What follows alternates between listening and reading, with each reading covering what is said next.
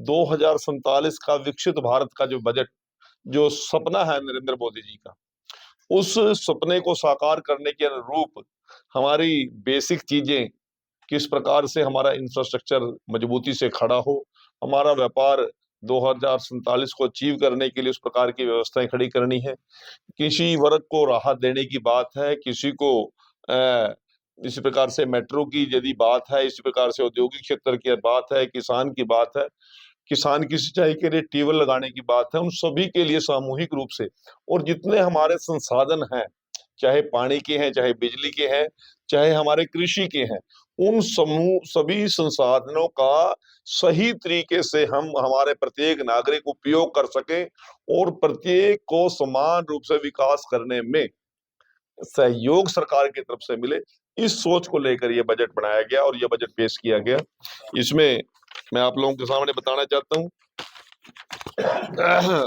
पूरे हरियाणा प्रदेश के 2199 सुझाव मुख्यमंत्री जी को मिले और एआई चैटबॉट पर 12,400 सुझाव प्राप्त हुए और 5,000 सुझाव को आज के अपने बजट में मुख्यमंत्री जी ने और वित्त मंत्री के तौर पर उनको शामिल किया। 11 साल में प्रदेश की जीडीपी 3 गुना हो गई है। वर्ष 2014-15 में जीडीपी 4,37,145 करोड़ रुपए थी और वर्ष 2025-26 में अनुमानित जीडीपी 13,67,769 करोड़ रुपए है। और योजना विभाग की रिपोर्ट के अनुसार इस समय अर्थव्यवस्था की अनुमानित वृद्धि 9.5% है, जो देश के अंदर हाईएस्ट स्टेट्स में हरियाणा जुड़ता है। इसी प्रकार से राजस्व घाटा जीडीपी का 1.9% था 2014-15 में और वर्ष 2025-26 में 1.33% था। 1.90% से घट के 1.33% हुआ और इस बार 26 और 27 में जो बजट राजस्व घाटा है वो 0.87% रहने की संभावना है। और ये हमारी जो 11 साल की सरकार का बेस्ट मैनेजमेंट है, हमारी जो अर्थव्यवस्था की मैनेजमेंट की जो टीम है और सरकार की जो सोच है, उसका ये सबसे बड़ा नमूना मैं आपके सामने रख रहा हूं। और 2026 में से 31 तक केंद्रीय करों में हमारा हिस्सा अब और अधिक बढ़कर 1.361% रहेगा और इस मुकाबले में 26 के मुकाबले में 24.52% की यह बढ़ोतरी होगी, जो सभी 28 राज्यों में सबसे अव्वल रहने की संभावना है। इसी प्रकार से हमने आज विश्व बैंक के वाटर सिक्योर हरियाणा प्रोजेक्ट के लिए विश्व बैंक से जो हमें मिलेगा वो 5,715 करोड़ रुपए हरियाणा को मिलेंगे। और इसी प्रकार से हरियाणा क्लीन एयर प्रोजेक्ट की स्वीकृति के लिए 716 करोड़ रुपए विश्व बैंक ने हरियाणा के लिए अलग से मंजूर कर दिए। और एआई मिशन के लिए, हरियाणा एआई मिशन के लिए जो मुख्यमंत्री जी ने घोषणा की थी कि एक एआई का बड़ा प्रोजेक्ट हम क्योंकि आने वाली टेक्नोलॉजी को अचीव करने के लिए हम गुड़गांव में लगा रहे हैं, दूसरा पंचकुला में लगा रहे हैं, उसके लिए भी वर्ल्ड बैंक ने 474 करोड़ रुपए की स्वीकृति हरियाणा के लोगों के लिए मंजूर की है। और इस मिशन में लगभग 1 लाख यूथ को हम एआई की ट्रेनिंग देने का काम करेंगे। और इसी प्रकार से डिपार्टमेंट ऑफ फ्यूचर के लिए 1,837 करोड़ 65 लाख रुपए का प्रावधान फोरसाइट एनेक्स का नाम से वर्ल्ड बैंक ने हरियाणा के लिए मंजूरी दी है। इसी प्रकार से मैं आप लोगों को बताना चाहता हूं कि 2014-15 में कुल बजट का वास्तविक व्यय 84.45% था। मान लो 1 लाख रुपए हमने तय किए, उसमें से 84,045 रुपए हम खर्च किए थे 2014-15 की सरकार ने।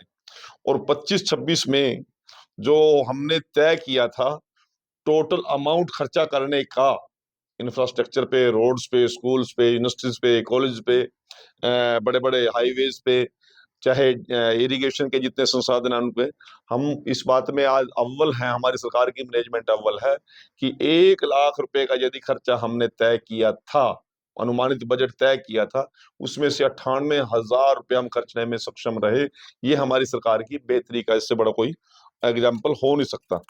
और इसी प्रकार से हमारी सरकार ने तय किया है कि ट्यूबवेल कनेक्शन दिलाने में और निर्बाध बिजली आपूर्ति के उद्देश्य से प्रदेश में हरियाणा एग्री डिस्कॉम के नाम से एक तीसरी बिजली वितरण कंपनी बनाई जाएगी।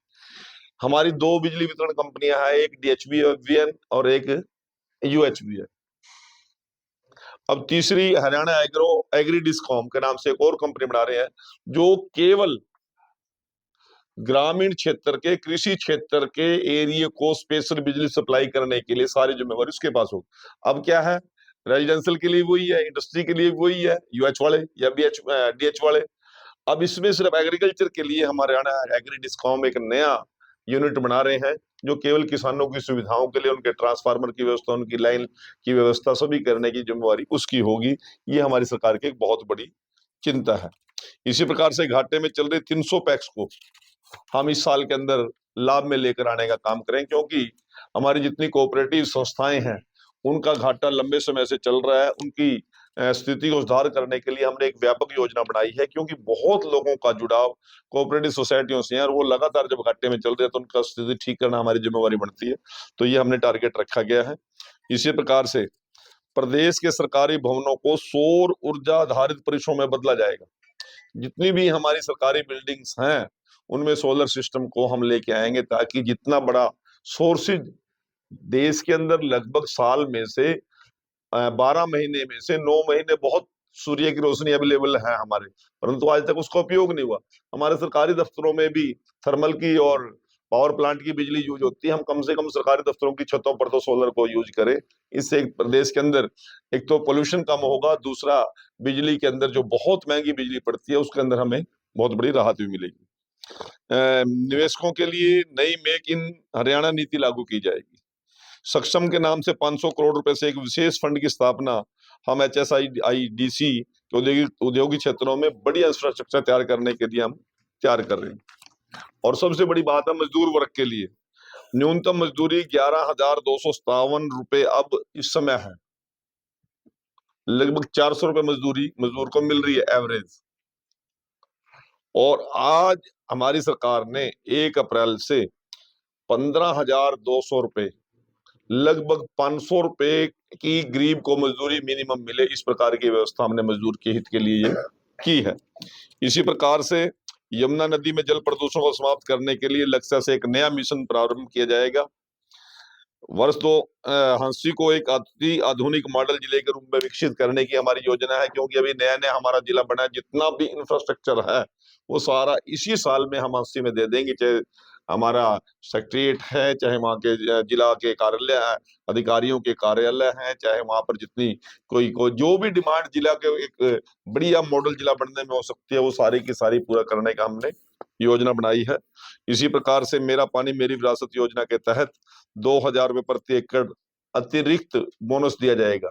पहले हम तय करते थे कि जो लोग कम पानी का उपयोग करेंगे, धान की फसल को कम बोएंगे, चाहे वो मक्का बोए, चाहे वो उड़द बोए, चाहे वो मूंग बोए, या वो अपने खेत को जिस प्रकार से कम पानी की तरफ यूज करने का किसान पहले करता था, पहले हम उसको 6,000 रुपए या 7,000 रुपए का देते थे। अब 2,000 रुपए और अतिरिक्त हम उनको बोनस देंगे, ताकि पानी की जो सीमाएं हैं बड़ी सीमित है, उनका जितना हम बचा सकते हैं उनको बचाने का हम काम करेंगे। इसी प्रकार से PM कुसुम योजना के तहत 35,000 नए सौर ऊर्जा पंप लगाए जाएंगे। प्रधानमंत्री कुसुम योजना जो है उसमें जो नए कनेक्शन ट्यूबवेल के देने हैं, बड़ी वेट लंबी चल रही है वेटिंग। उसमें हमने कहा कि किसान यदि अपने सोर्सेज पे सौर ऊर्जा के कनेक्शन लेना चाहता है तो उसमें 35,000 नए सौर ऊर्जा कनेक्शन देंगे, ताकि किसान को, छोटे किसान को ठीक समय पर बिजली और उसकी व्यवस्था हो सके। इस प्रकार की भी योजना है। और इसी प्रकार से दीनदयाल उपाध्याय जी के 110वें जन्मदिन पर जो दीनदयाल लाडली लक्ष्मी योजना के तहत हमने जो घोषणा की थी कि बहनों को 2100 रुपए उनके अकाउंट में भेजने का काम करेंगे, उसमें आय सीमा 1 लाख से बढ़ाकर 1,80,000 तक कर दी है। अब जितनी भी BPL परिवार की बहनें हैं वो भी इस योजना का लाभ ले सकते हैं, बशर्ते उनकी आयु 23 साल से 60 साल के बीच में। परिवार में कितनी बहनें इसका लाभ लेंगी ये भी कोई लिमिट नहीं है, 2 होंगी तो 2 ले सकते हैं, माँ बेटी भी हो सकती है। यदि बेटे की पत्नी आ गई है, वो भी उस आय रेंज में आ रही है, तो उसको भी लाभ मिलेगा। हो सकता है कि 2 बेटी हैं, 1 माँ, 1 पुत्र वधू है, 4 भी हो तो चारों को भी लाभ देंगे। इसी प्रकार से प्रदेश में 3 लाख महिलाओं को लखपति दीदी बनाया जाएगा और पिंक कैब योजना शुरू की गई। इसमें महिलाओं को वाहन चलाने का प्रशिक्षण देंगे। इलेक्ट्रिक वाहनों की खरीद हेतु 10 लाख रुपए का लोन बहनों को देंगे। कोई बहनें कैब चलाना चाहती है, मान लो कोई गर्ल स्कूल है या गर्ल कॉलेज है, या इस प्रकार कोई बहनें अप डाउन करके, बहुत सी बच्चियां या टीचर भी कंबाइंड गाड़ी करती है ना, हायर कर लेते हैं महीने के लिए। यदि उस प्रकार की कोई बहन, हमारी बेटी, उसका लाभ लेना चाहती है, वो टैक्सी ड्राइवर के तौर पर काम करना चाहती है, उसको 10 लाख रुपए का लोन देंगे, बिना किसी ब्याज के देंगे। ये सब बहनों की मजबूती के लिए एक बहुत बड़ी हमारी सरकार ने योजना बनाई है। वीटा की और वेरका की ऐसी एजेंसी है, इसमें 4,000 नई हम दुकानें खोलने का हमारा प्रावधान है, जिसमें 33% रिजर्वेशन सिर्फ बहनों को देंगे। इसी प्रकार से 1,000 आंगनबाड़ी केंद्रों को सक्षम आंगनबाड़ी के रूप में तथा 1,000 आंगनबाड़ी केंद्रों को प्ले स्कूल में हम अपग्रेड किया जाएगा। और महिलाओं के नाम पर पंजीकृत गैर पारिवारिक वाहनों को मोटर वाहन में कर में 1% छूट दी है हमने। महिलाओं के नाम पर, यदि आप अपनी पत्नी के नाम पर गाड़ी का रजिस्ट्रेशन कराना चाहते हैं, कोई बहन के नाम पे कराना चाहता है, बेटी के नाम पे कराना चाहता है, जिस प्रकार से रजिस्ट्री में हम छूट देते हैं, इस प्रकार से वाहन की जो उनकी स्लैब है, उसमें वोटर वाहन कर में 1% की हम छूट देने का हमारी सरकार ने काम किया। लोहारू, बरवाड़ा, नरवाना, समालका, मैम, रादौर व पेहवा में 7 नए महिला पुलिस थाने खोले जाने की भी हमारी योजना। और इसी प्रकार से अग्निवीरों को हरियाणा पुलिस में विभिन्न पदों पर नियुक्तियों के लिए 20% आरक्षण दे दिया गया। जो भी अग्निवीर रिटायर होकर आएगा, 4 साल की नौकरी करके आएगा, यदि वो पुलिस में भर्ती होना चाहता है तो 20% का उसको रिजर्वेशन हम देंगे। प्रत्येक जिले में खेलो इंडिया लघु केंद्र बनाकर इसका संचालन किसी पूर्व चैंपियन खिलाड़ी को देंगे। पीएम सेतु योजना के अंतर्गत सोनीपत क्षेत्र में 241 करोड़ रुपए की लागत से एक hub and spoke ITI cluster बनाया जाएगा। अंत्योदय परिवारों के लिए मुख्यमंत्री अप्रेंटिस प्रमोशन स्कीम शुरू करके अप्रेंटिसशिप के दौरान छात्रवृत्ति के अतिरिक्त प्रति माह 1,500 रुपए की मासिक सहायता अलग से दी जाएगी। और प्रदेश में 700 नए हर हित स्टोर खोले जाएंगे युवाओं के रोजगार उपलब्ध कराने के लिए। इसी प्रकार से प्रधानमंत्री आवास योजना ग्रामीण के तहत 23,154 नए मकान बनाने का इस साल के अंदर हमारा लक्ष्य है। मुख्यमंत्री शहरी आवास योजना के तहत 16 शहरों में 30 वर्ग गज के 15,251 प्लाट हम BPL परिवारों को आने वाले समय में देने की योजना बना रहे हैं। और इसी प्रकार से फरीदाबाद, गुरुग्राम, झज्जर, पलवल, पानीपत, रोहतक और रेवाड़ी में 8,000 EWS फ्लैट गृह परिवारों को आवंटित किए जाएंगे। HSIDC जो हमारा औद्योगिक क्षेत्र है, उसमें प्लॉट्स में OBC श्रेणी के प्लाट धारकों को प्लाट लागत में 10% की छूट देने की नई घोषणा की गई है। पहले हम SC को 20% की छूट दे रहे थे, अब नया सुझाव लोगों का आया कि BC को भी दिया जाए, OBC को भी हमने 10% की। मान लो 10 करोड़ का प्लाट है, यूनिट है, तो उसमें 10% की छूट हो। प्रधानमंत्री सूर्य घर मुफ्त योजना बिजली योजना के तहत 2,20,000 घरों के छतों पर रूफ टॉप सोलर सिस्टम लगाए जाएंगे, जिसमें सब्सिडी आपको पहले से पता है कि हमारी सरकार दे रही है। और जिला अस्पताल फरीदाबाद को 200 से 400 बेड, जिला अस्पताल सोनीपत व रेवाड़ी को 200 से 300 बेड का अपग्रेड करने की योजना है। 100 नए स्वास्थ्य उपकेंद्र और आयुष्मान आरोग्य मंदिर स्थापित किए जाएंगे। मुफ्त डायलिसिस की सुविधा के लिए 18 नए डायलिसिस केंद्र खोले जाएंगे। और मानेसर में संचालित 100 बिस्तर वाले ESIC अस्पताल को 200 बिस्तर में अपग्रेड करने का नया मेडिकल कॉलेज भी बनाया जाएगा। इसी प्रकार से शिक्षा में और उद्योग में भी पहले HSIDC के हम प्लाट जब निकालते थे थोड़ा कॉस्ट ज्यादा होती थी। जो नए MSME के बच्चे हैं वो काम तो करना चाहते हैं, परंतु पूंजी कम है, जमीन में भी बहुत ज्यादा इन्वेस्टमेंट हो जाती थी। अब हमने तय किया है कि आप जमीन के पैसे नहीं दे सकते, परंतु आप 20 साल की, 30 साल की, 50 साल की लीज ले सकते हैं।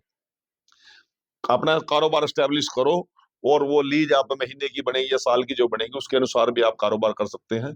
और 30 साल तक यदि आप अपने आप पैरों पे खड़े हो जाएंगे, प्रायोरिटी आपको होगी कि प्लाट आप ही खरीद लो। यदि आप नहीं खरीदने स्थिति में कोई और आपने व्यवस्था कर लिया तो बेशक से फिर दूसरे को देने का। इसी प्रकार से प्रदेश में 10 एकड़ भूमि पर Indian institute of handloom technology की स्थापना हम पानीपत में करने जा रहे हैं। और राई के अंदर देश की सबसे बड़ी होलसेल मार्केट कॉम्प्लेक्स तथा उत्तर भारत का सबसे बड़ा मार्बल मार्केट क्लस्टर हम एस्टेब्लिश करने की हमारी योजना है। और इसी प्रकार से प्रदेश में 5000 किलोमीटर लंबी सड़कों का भी सुधार किया जाएगा। प्रदेश में नए 18 फ्लाईओवर और 12 आरयूबी अंडरग्राउंड जो हमारे पुल का निर्माण भी किया जाएगा रेलवे लाइन के साथ साथ। विद्यार्थियों के लिए 1000 नई बसें खरीदी जाएंगी। कनीना, नरवाना, गनौर व कलायत में नए बस अड्डे बनाए जाएंगे और प्रदेश के सभी गांवों को आगामी 2 अक्टूबर तक ओडीएफ प्लस मॉडल गांव में परिवर्तित किया जाएगा।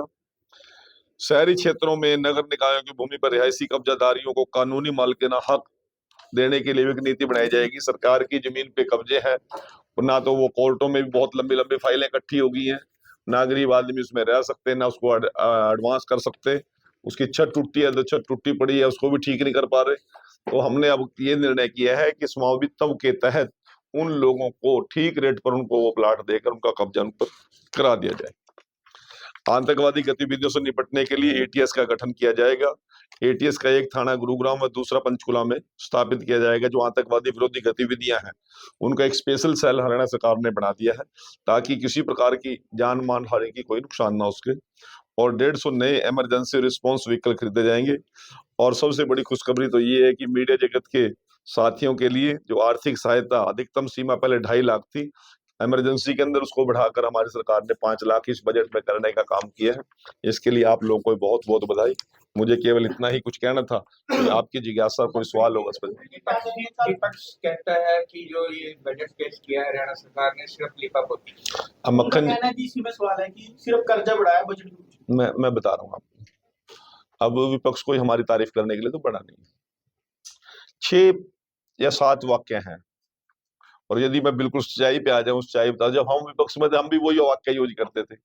नीरस बजट है, कमजोर बजट है, किसान के लिए कुछ नहीं, महिलाओं के लिए कुछ नहीं, युवाओं के लिए कुछ नहीं, गरीब के लिए, यही वाक्य है उनके पास। हम ये कह रहे हैं, जब हमने विपक्ष को आमंत्रित किया रेड बिशप में पंचकुला, सभी विपक्ष के एमपीज को भी, राज्यसभा मेंबर्स को भी, विपक्ष के एमएलएज को भी, नेता प्रतिपक्ष को भी, उस दिन तो वो आए ही नहीं। कहने लगे जाडा बहुत है, आया नहीं। आज वो ये नीरस बजट, अरे जब आपसे सुझाव मांग रहे थे हम, मुख्यमंत्री जी ने घर घर जाके लोगों से इतने सुझाव इकट्ठे किए हैं, वो तो ऑनलाइन पे भी डाल सके कोई सुझाव उस समय तो, क्योंकि सुझाव नाम की चीज तो है नहीं, केवल हमारा खिलाफ एक बाउंडर खड़ा करना उनका।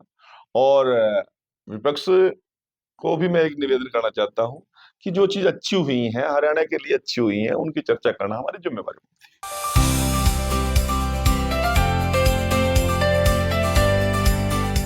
नमस्कार, मैं उमाशंकर शर्मा, कुशीदा फिटनेस सेंटर का फाउंडर। आप सभी क्षेत्रवासियों को और पूर्व मंत्री चौधरी यश कुमार जी और भाजपा के समस्त कार्यकर्ताओं को होली की बहुत बहुत शुभकामनाएं देता हूं और ईश्वर से प्रार्थना करता हूं कि आप सभी स्वस्थ रहें। धन्यवाद। हमसे जुड़े रहने के लिए हमारे YouTube चैनल को सब्सक्राइब करें और नई वीडियो की नोटिफिकेशन के लिए बेल आइकॉन को दबाएं।